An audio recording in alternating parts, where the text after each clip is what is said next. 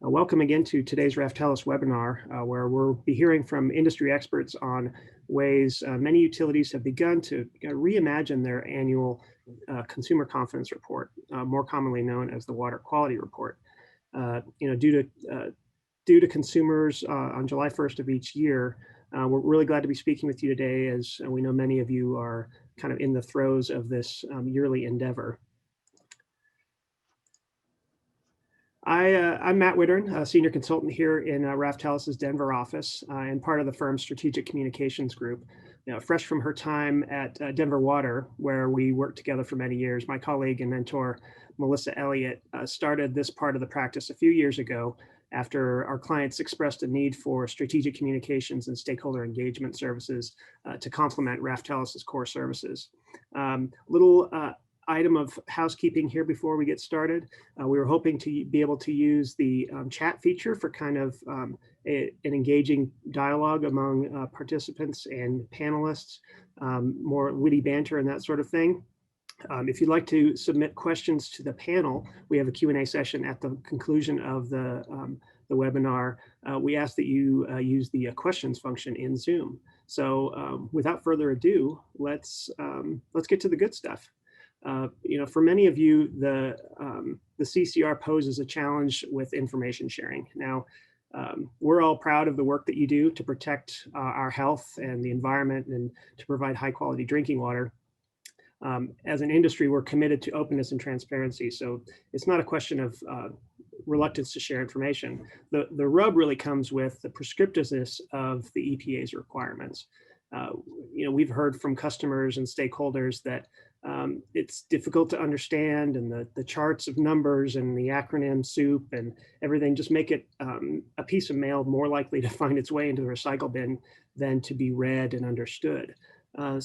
Inspired by a movement in the water sector to build a better report, we're here with our panel of experts to help answer the key question of how we might totally reimagine the CCR in a way that will improve awareness and increase trust and confidence among our customers.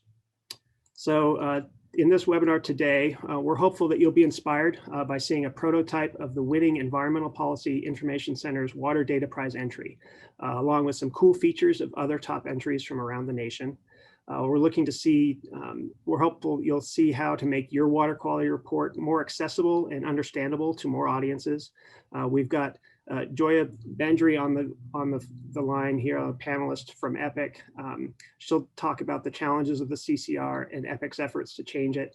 We'll also hear from Adam Carpenter from AWWA on the association's efforts to date on this important topic and prognosis for change.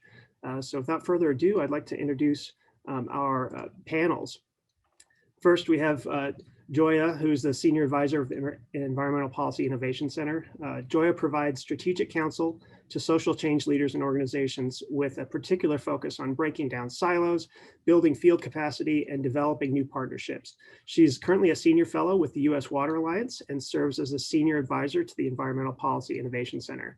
A little background, Joya led the environmental program at the SD Bechtel Jr. Foundation, where she developed a 10-year grant-making portfolio that was designed to advance a more sustainable, equitable water system that can meet the needs of people and nature and adapt to the stressors of climate change. Before her work in philanthropy, Joya was an attorney at Latham & Watkins and worked for the City of New York. She's a board member for the newly formed State California Water Data Consortium, the San Francisco-based 826 Valencia, and most recently, the Center for Diversity and the Environment. Joya also serves on the Open ET and Stanford Water in the West advisory boards. She enjoys climbing trees, and if you're lucky, she will be with her boys building driftwood forts in the backyard with her two boys. Next, we have my colleague and friend, Samantha Villegas. She's the Director of Strategic Communication Services here at Raftelis. She has more than 28 years of experience building and executing communications campaigns in the public works sector, with more than half of that time working in water. Sam holds a master's in environmental policy from Johns Hopkins, is accredited in public relations, and also holds a certificate in public participation from the International Association of Public Participation, or IAP2. Last but certainly not least is Dr. Adam Carpenter, who's the Manager of Energy and Environmental Policy at AWWA. He's out of Washington, D.C. and serves as an expert and advocate on a diverse set of drinking water issues, including source water protection, the energy water nexus, the cyanotoxins, climate change, consumer confidence reports, and other environmental policy concerns. Along with his colleagues, he works to further AWWA's mission of supporting clean, affordable drinking water through sound application of science into policy, sensible regulation, public awareness, and building stakeholder consensus. He earned his PhD in environmental science and public policy from George Mason University. So welcome all of our panelists. With that, I will turn it over to Joya to kick us all off.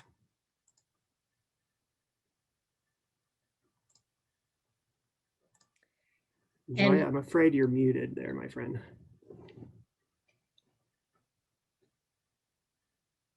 Let's try that. Can you hear me now? You sound great. Welcome. We can hear you. Fantastic, Matt. Thank you so much for the introduction, and it is a real pleasure to be here with all of you. Noting that my cable company decided to do some upgrades on our internet this morning, and so I am struggling a bit with my video and bandwidth, so I'm joining you by phone.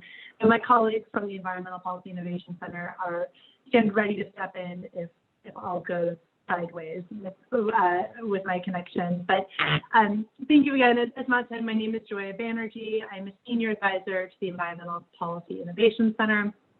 A quick bit about the Environmental Policy Innovation Center. So we're a small organization, and our real focus is developing policies that improve the speed and the scale of environmental outcomes. And this includes conservation, but also in the area of environmental health, which is really what brought this organization to water. Next slide. Okay. So today I'm able to have the opportunity to share a little bit with you some of the work that we've been up to related to water quality reports. I'll say a little bit about water quality reports. I think for this crowd, you know about them. That's why you signed up for this webinar. But then share some highlights from our water data prize. After that, I'll just note some key takeaways and next steps, and really looking forward to handing it off to my other panelists and for a conversation. The next slide, please.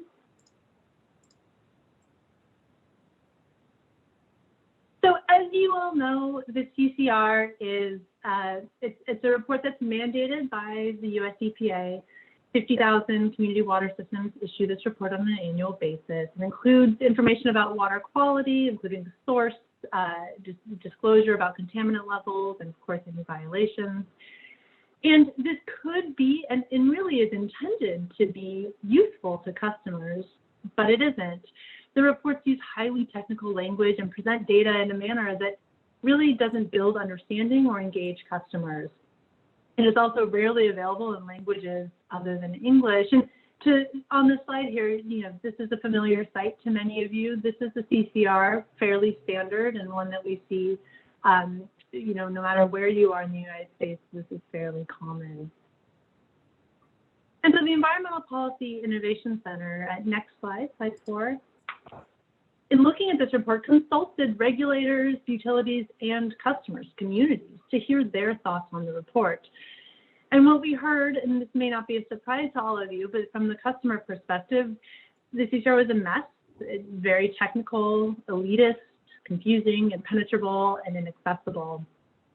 But we also asked utilities who are charged with the responsibility of creating this report, and some, not all to be sure, but some disclosed to us that it's really a regulatory exercise, and they're really focused on the minimum necessary reporting. We also spoke to regulators, both at the federal and the state level, and what we heard there loud and clear is that regulators want to increase the readability, the clarity, and the understandability of CCRs, but of course they don't want to compromise the accuracy. Next slide, please. So at the Policy Innovation Center, we believe that every individual should be able to quickly and easily determine whether their water is safe to drink. And we believe that water quality reports can help.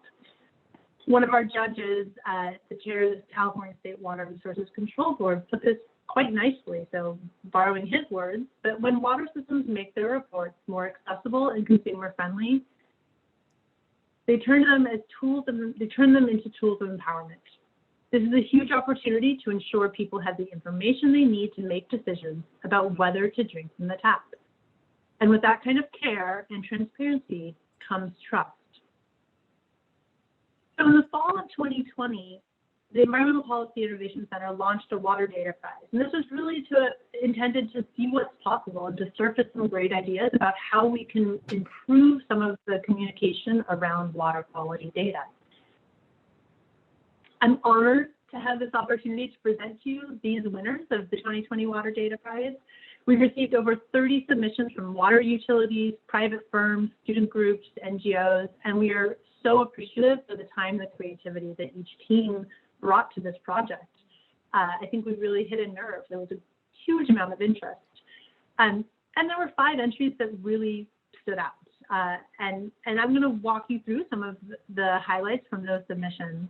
And then Samantha will go a little bit deeper into the Raftelis submission, which is phenomenal. But I would just, before I go into this, I'm going to, this is really a skim, and in order to fully represent this work, I would invite you all to visit waterdataprize.org, where you can explore any of these submissions in much more depth.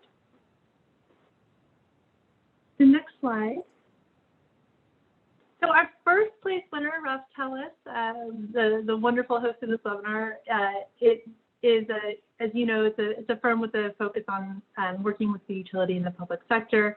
Raftelis did an incredible job taking the standard CCR, that image that I showed you earlier, and using really simple visualization tools, these cards, to really pull the data apart, and also really champion the use of plain language to help customers understand the information in the report. Again, Sam will say more about this and give you a deeper dive into this, so I won't spend too much time here. You could advance to the next slide. Thank you. So here you're seeing highlights from Watersmart, the software firm that helps water utilities communicate with their consumers about the value of water and their water use. Watersmart took a standard CCR and similarly they used clean, easy to understand tools to display complex information. Here showcasing health, but also about taste and about hardness. The Watersmart team also allowed readers to go deeper into the data to really understand the historical context via time series charts and other information. Next slide. We also had a submission from the Philadelphia Water Department, which manages the drinking water, wastewater, and stormwater for the greater Philadelphia region. Philadelphia Water took the standard CCR and used graphs and, similar to Watersmart, data visualization tools to help really contextualize the data, and also use easy-to-read layman language about contaminants. Again, here you're seeing the time series data, but clearly there's this bar that shows the highest level allowed. And it's annotated with really plain language. Philadelphia's entry also showed a commitment and an understanding that all customers are not the same. Philadelphia names a goal of reaching every customer, and that means making this information available in multiple formats. So whether that's online, via phone or mobile, but still in print, because there are many customers that will receive information best that way. Next slide. Here you're seeing highlights from Tip Top Tap, a tongue twister to be sure, and also a team of engineering students. Tip Top Tap divided an easy to understand color scale that allows customers to really quickly assess the risk. But also, if they are curious or have concerns, the ability to go deeper to understand the levels of very specific contaminants. Using Google Translate, an open source free tool, Tip Top Tap was able to cost effectively make the CCR available in other languages. And they also provided important information going beyond just the quality of water, but contextualizing it and bringing in information about affordability and the sustainability. So here in this lower corner, if you go into this tool, you can actually, there's a slider here where you can enter the cost of bottled water, how many bottles you use, and how that compares to your tap water. And so this is an important feature for households that do purchase bottled water, but may not know the true cost. And finally, our last Water Data Prize winner is from the Water Data Lab, which is a data-driven think tank and research collective focused on bringing the best science and technology to address the hardest problems in global water resources. The Water Data Lab took a slightly different approach, and they created an easy-to-navigate searchable database where customers can easily zoom in to understand how their water compares to that of their neighbors, also using sort of a simple 3-scale color code to give a quick glance and understanding of the quality of water. Our judges have found this particularly useful, especially if you think of individuals that don't only live or work or play in just one particular service area. For example, a mother who lives in one area, but her child may attend a school in a totally different service area. And so this allows any customer or the public to quickly understand the quality of their water. Additional features here allow the customer to click through to learn more, and this is a generalized template, which was in many ways possible due to the work that the state of California has done to make its databases more open and accessible. Next slide. And so across these excellent submissions, and again, I just can't say enough about the quality of the submissions that we received on such short order, there were winners also provided a really important information about an issue of key concern, which is lead. So here you see a quote from Philadelphia, which really describes that, this is one of our customers' biggest health concerns. And so Philadelphia has taken steps to really go above and beyond what the CCR requires to communicate about lead. Next slide. Philadelphia used its CCR to provide a closer look, again, contextualization with time series, plain language, the opportunity to learn more. And this is also an important feature of linking to other resources and communications about lead removal. So again, weaving together the various communication products that a utility will produce that can really help the consumer feel more empowered. Next slide. Raftelis, and Sam will show this a little bit more, provides really great information calling out lead on its own and using some really plain language to describe what that is and what that means. And then to the right of this, you see from Tip Top Tap, they provided a map that shows where testing occurred over and above that is required by the federal or state standards, but a map of where testing occurred, which can also help customers find information that is relevant to them, especially if they live in a particularly large service area. Next slide. So our team and the panel of judges really reflected on these submissions, and we just want to call out some common themes and really some practical advice that emerged from these submissions. One is that it is entirely possible to translate complex information using simple graphics. The other is plain language is essential. This CCRs can really elevate local water quality concerns, make information accessible, encourage customer engagement, innovate with emerging, but also to emphasize established technologies. There are tools that are out there right now that can be used, and also ease implementation of low-cost features. Next slide. And for the Policy Innovation Center, we really also want to lift up and think about what are some of the policy implications beyond just the practical tips. And again, the takeaways here were really shared across so many of the experts we consulted, and really resounding, and that redesigning water quality reports can make information accessible to all. It can have a greater impact when they're intentionally woven together with other communications, and they provide an opportunity for federal, state, and local partnership. Next slide. We also found that these redesigns can have a positive impact on sort of bigger societal goals around public health, water affordability, and infrastructure investment. And compared to many of the other things that we are grappling with as a sector in water, this is a feasible near-term strategy with little cost. And finally, to borrow a phrase from one of our experts said here, this is a priceless opportunity for utilities to communicate and build trust with their constituents. Next slide. In the policy landscape, we also considered that this might be a great opportunity for a regulatory sandbox.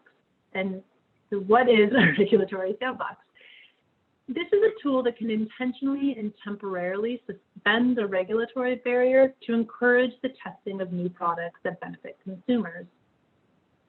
This tool, there is some precedent here in the financial technology industry where regulators worked with the community to really develop new tools that both help to show what's possible and help to inform regulatory processes. And so this is one other point, is that it can be time bound, again, really helping regulators identify approaches that then can then be codified in regulations. And finally, and this is something that I just really want to emphasize, as it can create a really open and adaptive relationship between regulators, utilities, and advocates. And that's not always the case, but we really do believe that sandboxes can help foster collaboration and overcome silos and ultimately lead to better results. So next steps, the prize was the first step to show what's possible. The Environmental Policy Innovation is working with water utilities, regulators, policymakers, and many others to advance a set of technical assistance tools and services to facilitate some of what we've seen here, and also to ease the reporting burden on smaller utilities. We would welcome any ideas for how we can best do this, and encourage you to visit the waterdataprize.com to learn how to get involved. And then last two slides really quickly, we would be remiss without giving a huge thank you to our sponsors that made this prize possible, and to our judges, next slide, who worked over the holidays to score some of these submissions and lent us their ideas and insights and creativity. And with that, Matt, I'm going to kick it back to you, and thank you so much for this opportunity. Oh my gosh, Joya, thank you so much, and thank you and EPIC for your leadership on this. It was a great challenge and a great honor to work through the Water Data Prize, and seeing all the entries that came in is just really inspiring. So that was in part what inspired us to put on the webinar today. So appreciate that, and again, and for your leadership. Next panelist is my colleague and friend, Sam Villegas, who is going to take a little bit of a deeper dive into the submission that Raftelis entered. Sam? Yes, thanks, Matt. I'm not going to go through it exhaustively. We're going to send the link out to the two submissions that we provided to all of you with the recording of this webinar afterwards, so you can look at it at your leisure. But I wanted to definitely highlight a couple of things that we did. And as someone who spent over 10 years inside a utility, like many of you handling the comms, when I saw this competition come out, I was just like, let me at it. Like, I couldn't wait to tackle this monster of a thing in a sense of like anything's possible. Like if there were no, structure to how you put this together, what would I do? Because I really see the water quality report as one of the most critical opportunities that a water utility has to really connect with customers on something that has a ton of relevance to their everyday and context for them. And it gives you a real chance to build that relationship of trust for the really critical service that you all are doing. Next slide. So when we attacked this contest, we had a couple of goals in mind. First was readability, making sure that across all populations that this text was understandable to everyone. And so we actually used two tools, one of them that your Word, Microsoft Word offers to you, called the Flesch-Kincaid Readability Scale. When you hit that editor before you, when you're reviewing a document, it pops up and it tells you what grade level this report is at or that document is at. The EPA template is somewhere in the college level, like 15th grade. But if you flip sentences from passive to active, make them simpler, cut out the jargon, that sort of thing, we were able to get the readability down to a 9th grade level. We also used the CDC Clear Communication Index as a tool. When we ran the EPA template through it the first time, it didn't get such a good score because it was missing things like call to action and clear tables and clear bulleted lists when possible, and just a clear sense of what the purpose of each page was. And then when we ran it through again with our redesign, it got 100% score. So that's another thing to take a look at when you're doing readability. For accessibility, again, like Joya said, this is about creating multiple formats for all customers. So we did a prototype website and a PowerPoint, and we felt like that would stretch the expectations of most people and be accessible to most people with a website that's got responsive design. So it looks as good on a mobile phone where most people are looking at things as it does on a desktop.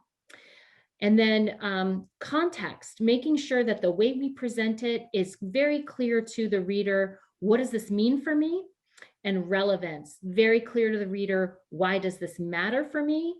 And then finally, flexibility for you all, because we know that utilities across the country are all different in the way that they allocate resources.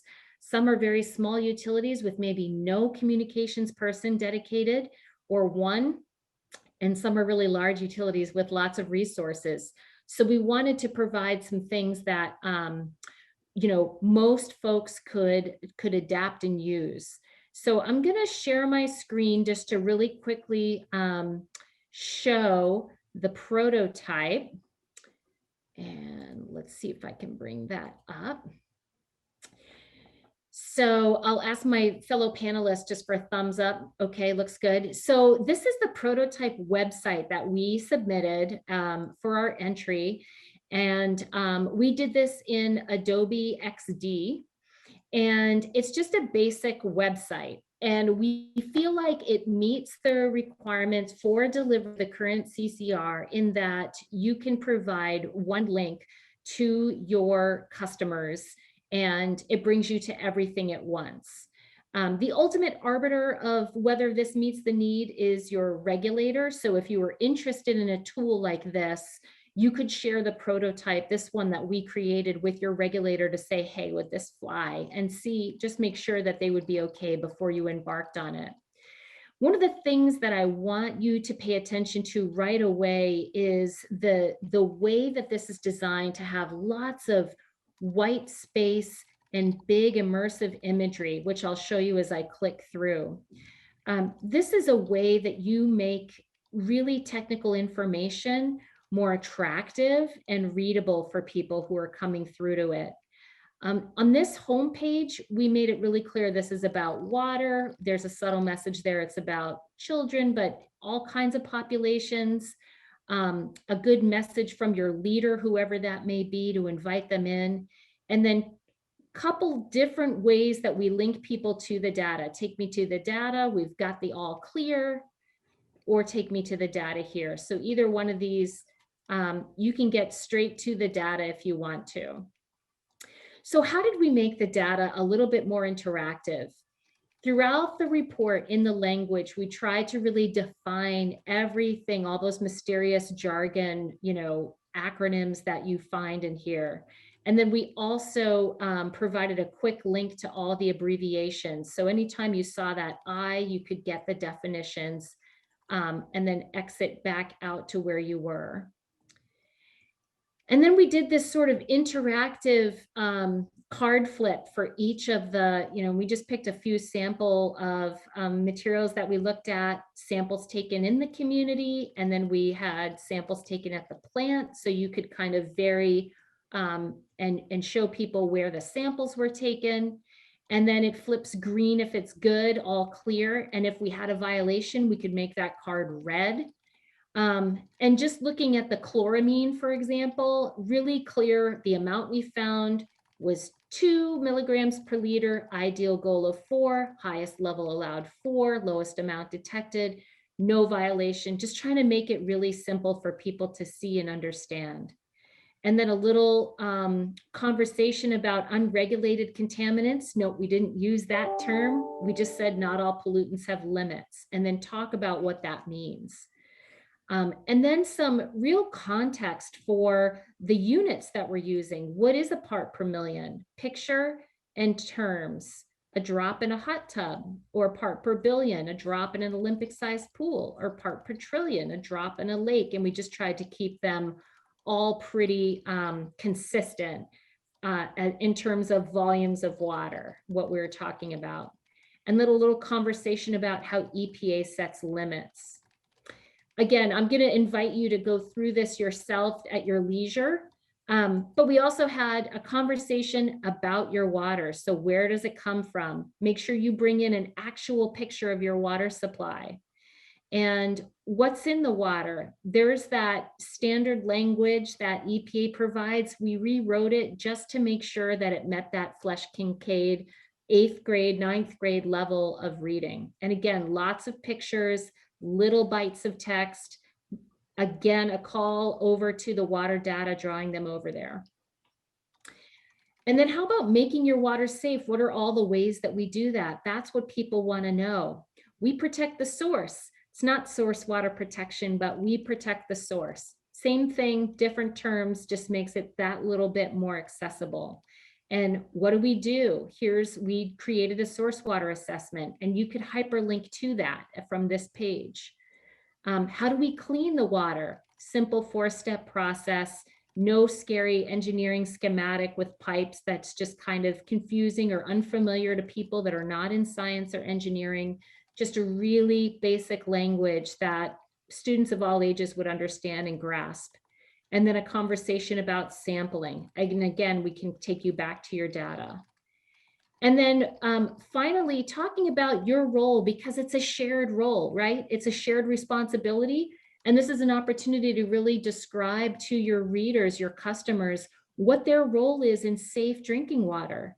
Part of their role is engaging with you and coming to your board or council meetings, engaging with you on social, getting involved in infrastructure projects if there's an opportunity, and going to events where you're going to be when we're able to have events, and really talk about water and get engaged in the science of water and the delivery of water.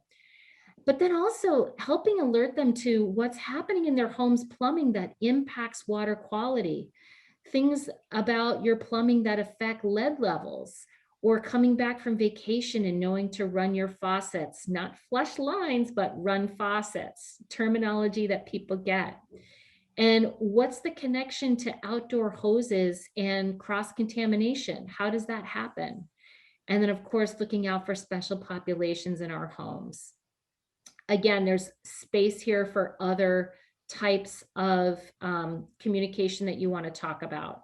And then we give folks, some of those more standard resources, the Safe Drinking Water Act, again, those abbreviations, and some other key links. So we did the prototype in an XD website, like I said, which is responsive design, it's ADA compliant. And so it kind of checks all those boxes. But what if you're a utility that just wants something simpler? Well, we also did a PowerPoint that models the same design. So everybody's got PowerPoint. You can PDF a PowerPoint. You can lift these slides and make a presentation, and it just makes it nice and clean. You can flip through kind of the same design, follow your own brand standards. And just remember to keep one idea per slide. Keep it really, really simple. Here's what the data looks like. So people could scroll through this at your website, or you could print a copy and mail to them, but we were just looking for the lowest tech opportunity to make it really beautiful and clean for folks. So I'm going to wrap it and tell you, invite you to check out the links to these, a little bit more depth and more leisure. And of course, reach out to any of us at Raftelis if you want to hear more about how we built it, or see if we can help you build something similar. And with that, I'm going to turn it back to Matt, who will bring Adam in to talk. Boy, Adam, the Q&A section is very active, very keenly interested in what you have to say, my friend. Yes, I did notice that. Thank you. Yeah, so I love the energy in the Q&A, and I'll turn it over to Dr. Carpenter to run through some slides that I think will be very responsive to some of the questions we've been getting. All right, thank you, Matt. So one of the things, so we have lots of questions here. I typed in one short response to one, and I saw another response saying that more to come and during my presentation. I'm going to give a little bit of an overview of exactly, where the CCR rule came from, where it's gone in recent years, and kind of where it's going. Give a little bit more context, right? So there's throughout what I'm going to talk about and then in the Q&A, there are two separate categories of what utilities have to do and what utilities can do. And they are interrelated. However, there are some places where they're a little bit different. So I'm gonna jump into that next slide, please. So I'm going to talk about not only the original CCR rule, but the retrospective review that took place in 2012, which was kind of the beginning of a series of changes that have kind of been going on ever since then.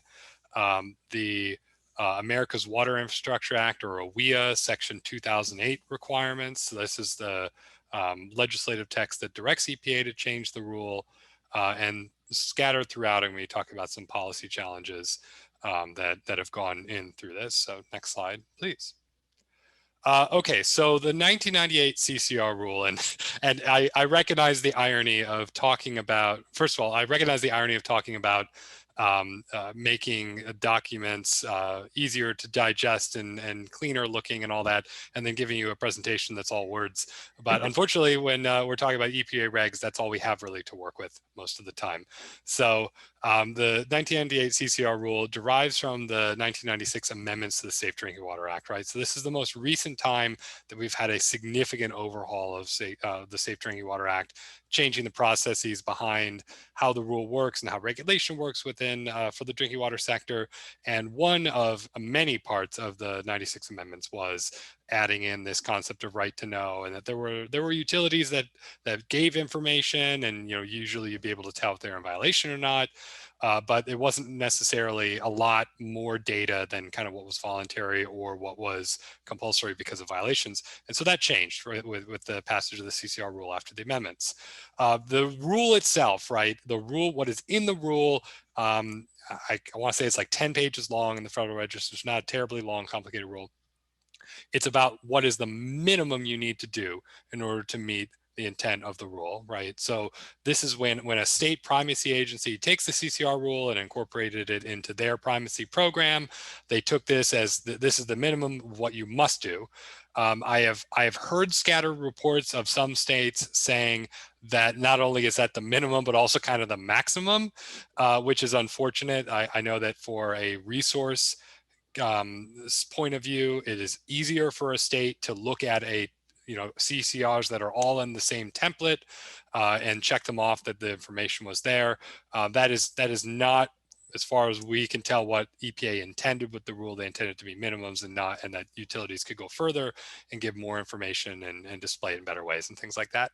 An important thing that often gets confused, it's not necessarily about what is in the CCR, but it does go part and parcel with it, because it's an important part of the rule is that there are separate mechanisms for how you reach people who receive bills, which is the direct delivery that we'll bring up, that will be brought up regularly in discussions about CCRs, and those who don't receive a bill for whatever reason, right? They could be renters who don't pay a bill directly. They could be people who work in businesses who don't ever see the bill. They could be frequent visitors. I mean, whatever it may be.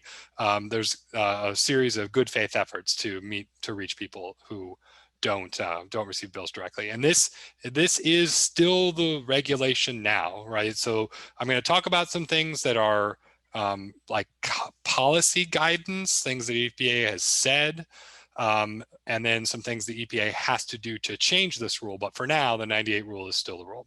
Next, please. There are 8 required elements within the CCR.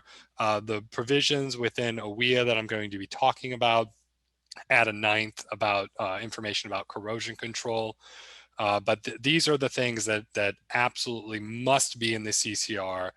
Some of them are triggered by, for example, variances and exceptions are only triggered when there are variances or exceptions to talk about, but most of the information is required in the CCR, or it would not be in compliance with the rule. Next, please. So there was part of something that is done within every administration, right? So this is something that whenever a new president takes office, at least in modern history, they'll do something about reviewing existing regulations, right? So in the one that President Obama did, and this executive order here, number is here, you can look it up if you're interested, directed agencies to review regulations to determine which ones, and there was a whole bunch of different things.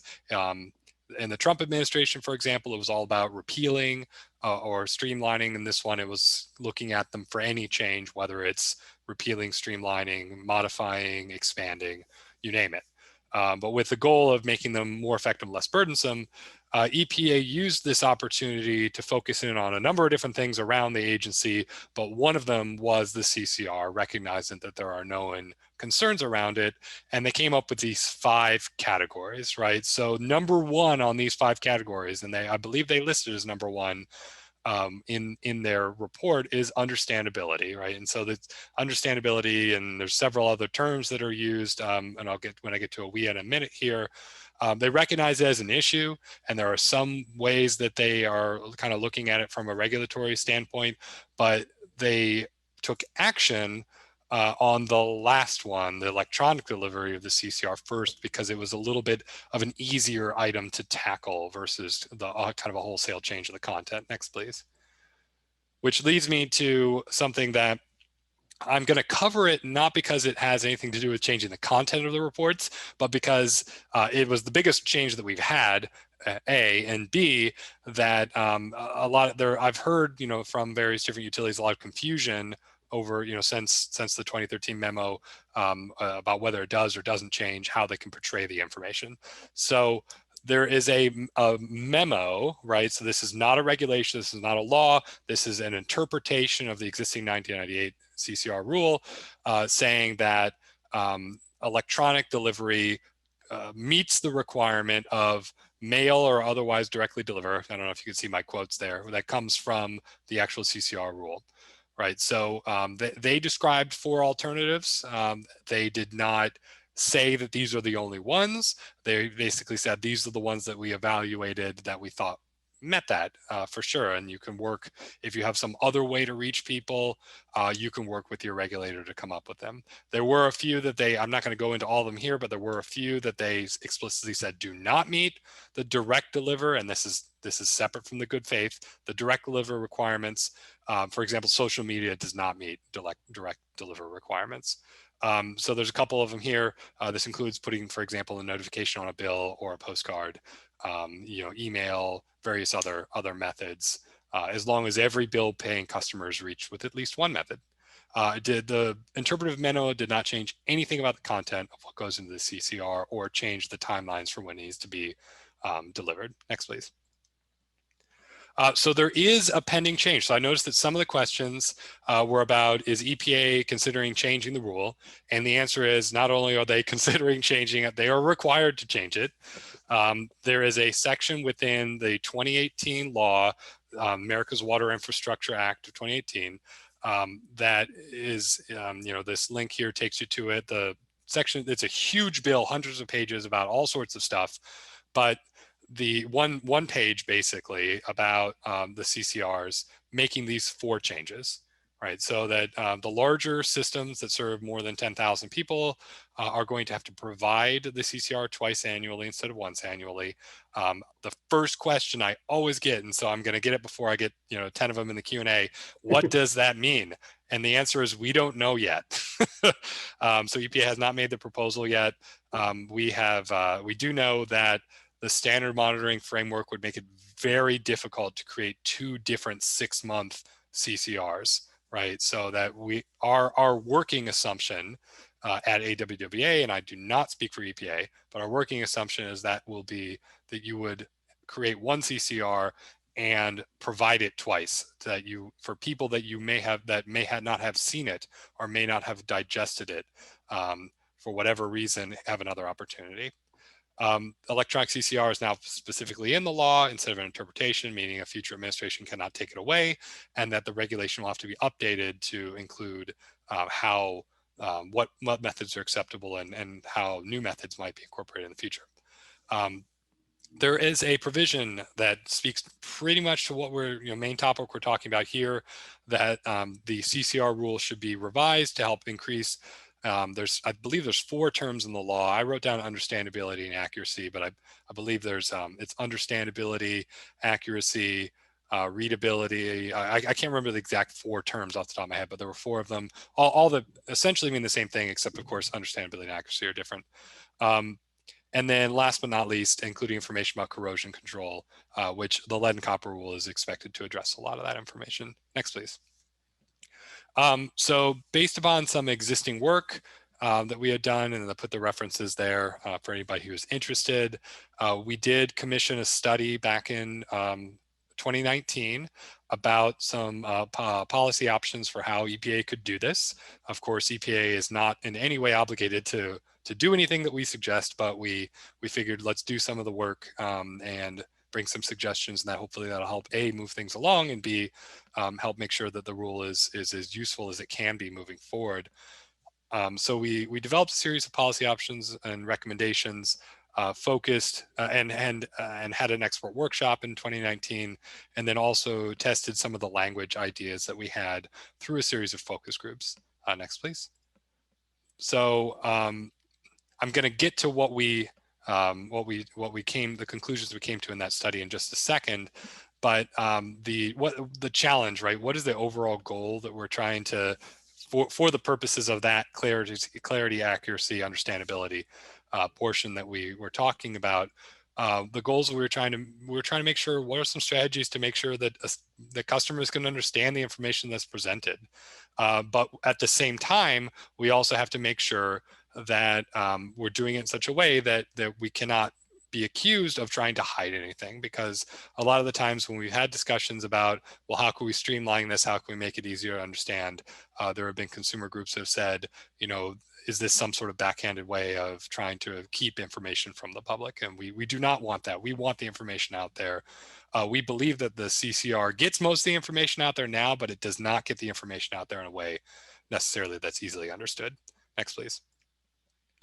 So the suggestion, this is the primary suggestion. We talked about all sorts of other things in our process about electronic delivery and the biannual and all that, but for the purposes of the clarity and understandability and accuracy, our recommendation to EPA in a nutshell, and there's a lot more to it, but the simple version is use the CDC's Clear Communication Index. This is a system that CDC developed that incorporates reading scores, incorporates a number of different metrics, and use that system on all of the required mandatory language, right? So then we said that would be awesome if they did that. Now, if they don't have the resources to do that, at an absolute minimum, we thought that these items were the ones that needed it the most, right? So this is based upon the expert consensus and literature review and everything, that the contaminants table is perhaps the most difficult to understand portion of the CCR as an aggregate. In the language around nitrate, arsenic, lead when it's detected, lead in children, which is a separate thing than lead in the detected, and corrosion control. Now, important footnote here is that all of our process around creating possible language and testing and all that all happened before the lead and copper rule proposal came out, never mind the final. So we may have some slightly different suggestions today had we run the project today versus then, but the overall suggestion, I think, still very much stands true. Next, please. So, and that's what I've got. I, of course, as part of the Q&A, happy to answer any questions about anything on the regulatory space, with the caveat that ultimately any decision as to whether something is acceptable or not is up to your regulator, which in most states is the state regulatory agency. The exceptions, of course, being Wyoming and Washington, D.C., where it's EPA, the EPA region directly. And with that, happy to pass it back to Matt to run the Q&A.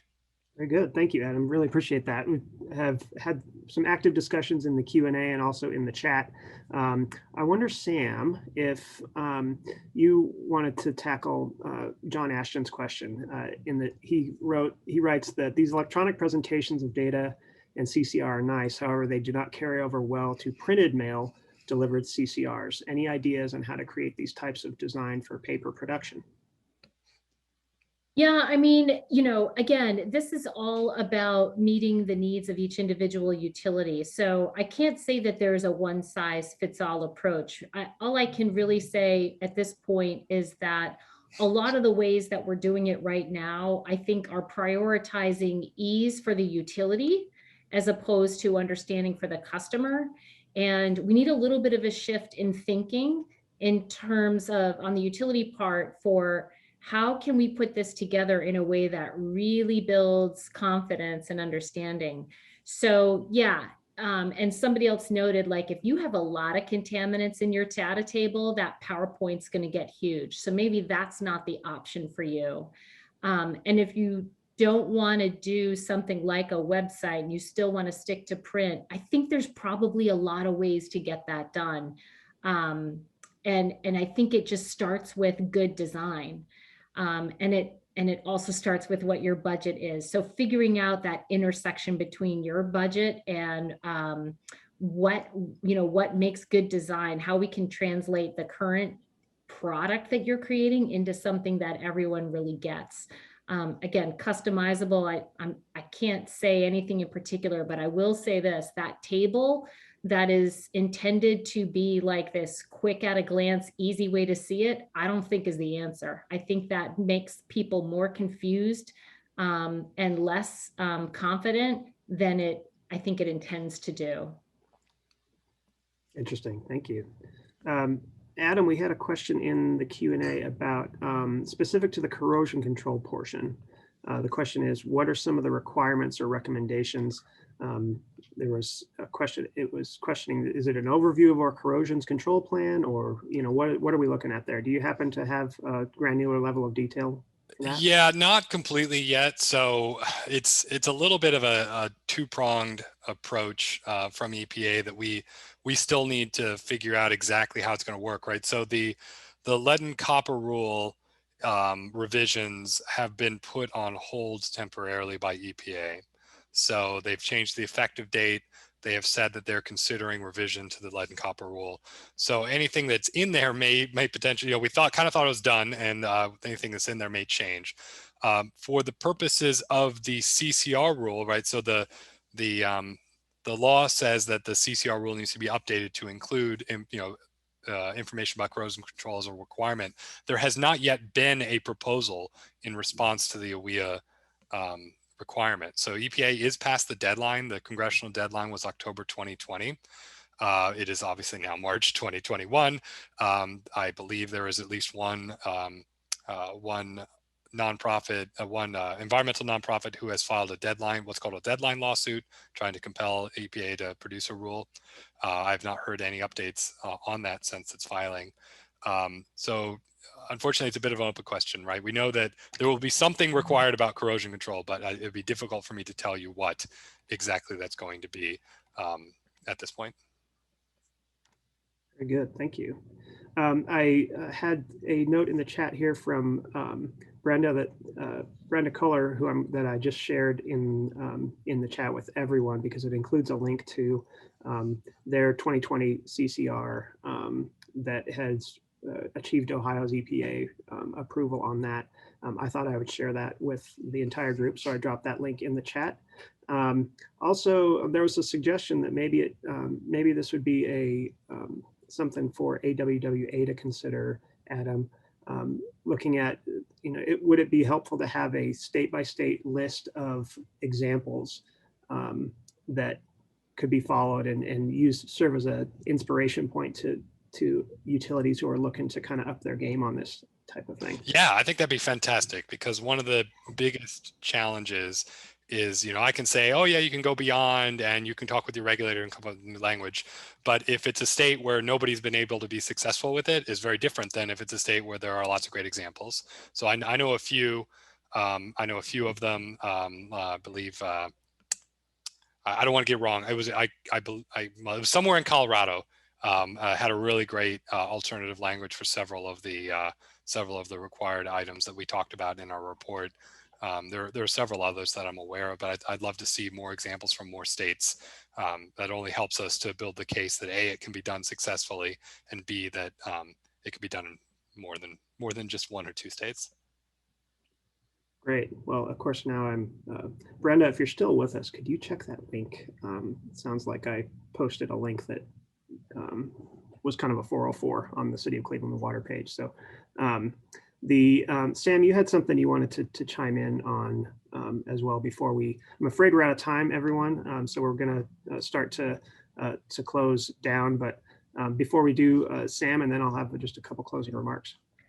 Yeah, just real quick. One is, we know you had more questions than we answered today. We will do a follow-up to everybody who registered. That'll have a recording of the webinar. And if you give us a little extra time, we will collect those questions and make sure we have written answers to them, as well as links to EPIC's website of winners and entries, as well as our prototype samples that I shared with you today, and any of the links direct from inside Adam's presentation. We'll share those with you. And, my last point is, like, really think about these as inspirational thoughts. How can we take the CCR from meeting a regulatory checkbox to a real opportunity to connect with customers on something that's so important to them? Of course, within the confines of the regulation. And I think that's the challenge moving forward. Love to have coffee with anybody about this. There's my email on the screen. Let's schedule it. Love to talk through with you what you're thinking. And I'll turn it back to you, Matt. Well, that was a pretty darn good close, Sam, so I won't try to improve much on that. But just housekeeping items, thank you all for joining us. It's pretty inspiring to be in a group of professionals who are not satisfied with whatever the status quo and what was good enough for last year. So it was an honor to be here with you. For everyone who registered, we'll be sending out links to information that's available on our website, including the PowerPoint slides and the link to the presentation, the webinar video. So please feel free to share that with your colleagues and on social media and so forth. And we'll try to get all of the questions that remained open answered via email, or as Sam said, we're always available for a cup of coffee, even though we might have to do it through video conference instead of at the local coffee shop. So with that being said, appreciate everyone, and we'll see you at the next Raftelis webinar.